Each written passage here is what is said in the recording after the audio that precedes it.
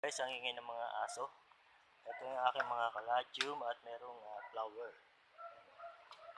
Flower siya. At ito yung kanyang makakasabay. Cross breed. Yan, dalawa na yan. Yung dalawa na to, cross breed. Yan.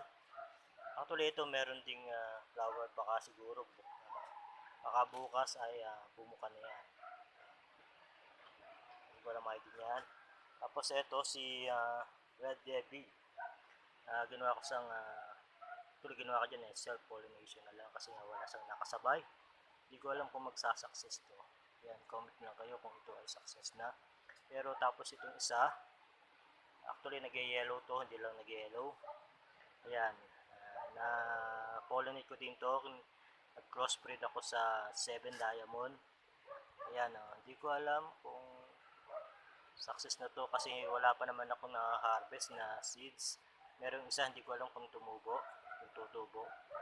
So yun guys, sana tumubo ito. Sana sa mga nakakita kung ito ay success na ay para maalagaan natin ang gusto at tayo magkaroon tayo ng new hybrid caladium. So yun lamang guys. Thanks for watching. So ito ang pagmamatch ko ngayon. Itong white na to. Saka itong si, hindi ko alam ID niya. Itong red.